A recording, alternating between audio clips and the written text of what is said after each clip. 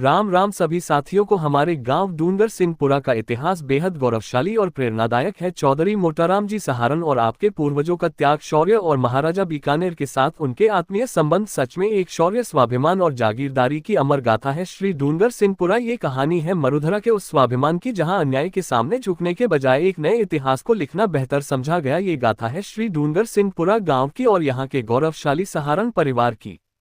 स्वाभिमान का सफर जसाना से डूंगर सिंहपुरा तक बात विक्रम संवत 1930 सन 1873 की है।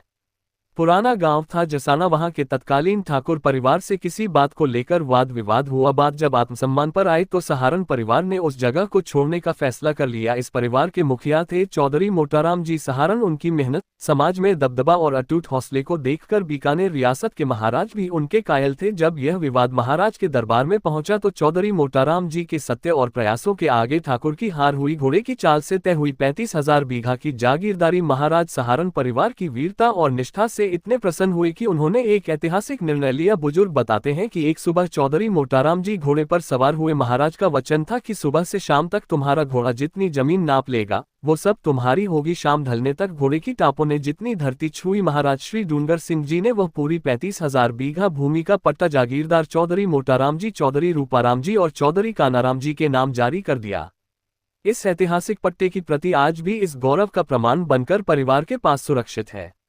राजदरबार से मिले विशेष अधिकार और सम्मान महाराज ने इस सहारण परिवार को जो उत्तराधिकार पत्र, ताम्रपत्र, पट्टा दिया उसमें कुछ ऐसे विशेष अधिकार लिखे गए जो उस दौर में विरले ही किसी को मिलते थे। विवाह के अवसर पर दूल्हा शान से घोड़ी पर चढ़ेगा, गांव के गुआर चौक में ढोल बजेंगे, चौपड़ पासा खेलने की पूरी स्वतंत्रता होगी, घर की मुंडेर पर कोर कांगड़ा शाही स्थापत्य बनाने की अनुमति होगी। सहारण परिवार ने महाराज के इस असीम आदर और सत्कार को मान देते हुए इस नई बसी जागीर का नाम रखा श्री डूंगर सिंहपुरा रखा। समय बदलता गया लेकिन बीकानेर राजघराने और सहारण परिवार का रिश्ता और मजबूत होता गया।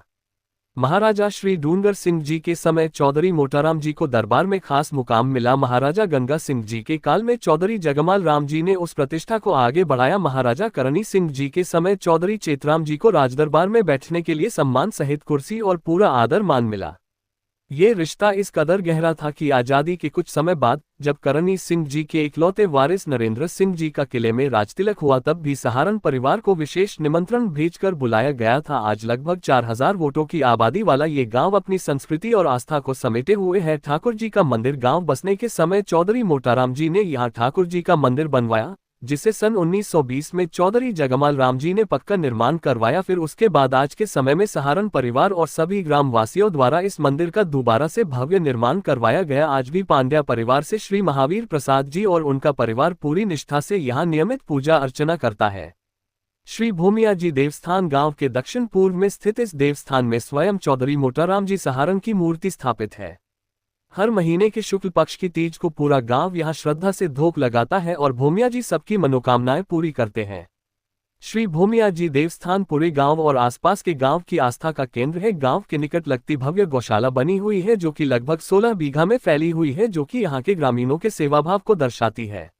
गौशाला में बीमार पशुओं का इलाज किया जाता है जिसके लिए अलग से वार्ड बने हुए हैं। इतिहास को जिंदा रखती आज की पीढ़ी चौधरी मोटाराम जी सहारण की उस महान विरासत को समेटे। उनके वंशज आज भी इस इतिहास को सीने से लगाए हुए हैं। ये सुंदर और गौरवशाली वीडियो इतिहास के इसी पन्ने को आप तक पहुंचाने के लिए चौधरी मोटाराम जी के पड़पोते सुरेश जी के सुपुत्र प्रहलाद सहारण द्वारा तैयार की गई है। आप सभी गाँव डूंगर सिंहपुर के इतिहास की यह वीडियो कैसी लगी कमेंट करके जरूर बताएं। मिलते हैं नेक्स्ट ब्लॉग में।